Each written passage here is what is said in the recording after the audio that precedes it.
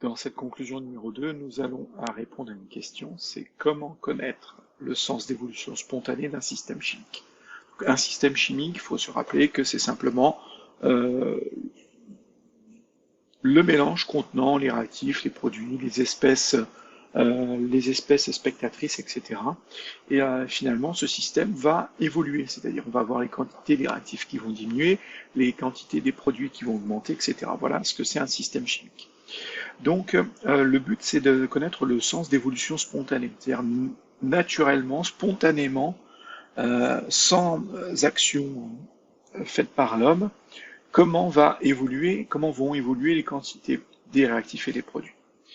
Donc, on compare les valeurs de la constante d'équilibre K et du quotient de réaction initiale, QRI, pour pouvoir finalement savoir dans quel sens la transformation chimique va avoir lieu, et donc savoir comment les quantités des réactifs et des produits vont évoluer.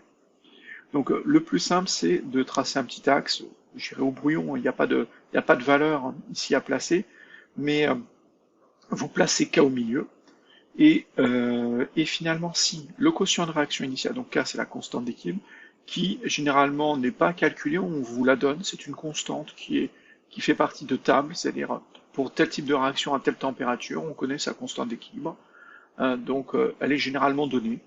Et par contre, vous allez calculer le quotient de réaction initiale, c'est-à-dire parce que vous avez introduit telle quantité du réactif A et telle quantité du réactif B, et peut-être introduit aussi des produits, c'est possible, initialement, eh bien, vous allez calculer un quotient de réaction initiale. Si le quotient de réaction initiale, vous êtes dans le cas où le quotient de réaction initiale aura une valeur plus grande que la constante d'équilibre, dans ce cas, on le met à droite. Et on voit que on va dessiner une flèche partant du quotient de réaction initiale vers la constante d'équilibre, parce que le quotient de réaction va tendre vers le quotient de réaction à l'équilibre. Donc il s'appellera plus initial, mais le quotient de réaction va évoluer pour atteindre la constante d'équilibre tout au long de la transformation chimique. Là, on voit que le quotient de réaction va diminuer pour atteindre la valeur de la constante d'équilibre, et on a une flèche de droite à gauche qui représente finalement le sens d'évolution dans la transformation chimique. C'est-à-dire qu'on partira des produits qui sont censés être à droite pour atteindre les réactifs qui sont censés être à gauche. Donc les produits se transforment en réactifs. On appelle ça le sens indirect de la transformation chimique ou sens inverse.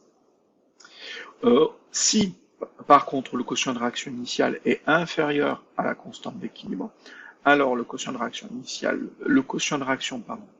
va augmenter au cours de la transformation pour atteindre la valeur de la constante d'équilibre à la fin.